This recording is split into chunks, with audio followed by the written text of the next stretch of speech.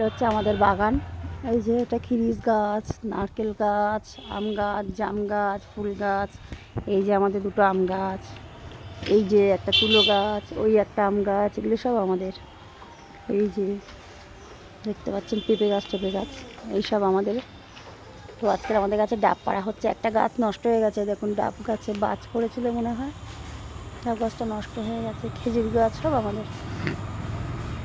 এই ডাব গাছটা মনে হয় বাজ পড়েছিল, তাই জন্য এরকম ন্যাড়া হয়ে গেছে, ন্যাড়ামুন্ডি।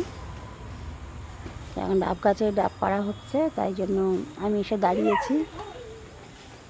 হবে না, হবে না, হবে না, পড়ে যাচ্ছে, পড়ে যাচ্ছে। এই যে বাচ্চাটা নারকেল গাছে সাইকেল নিয়ে খেলা করছে সকালবেলা।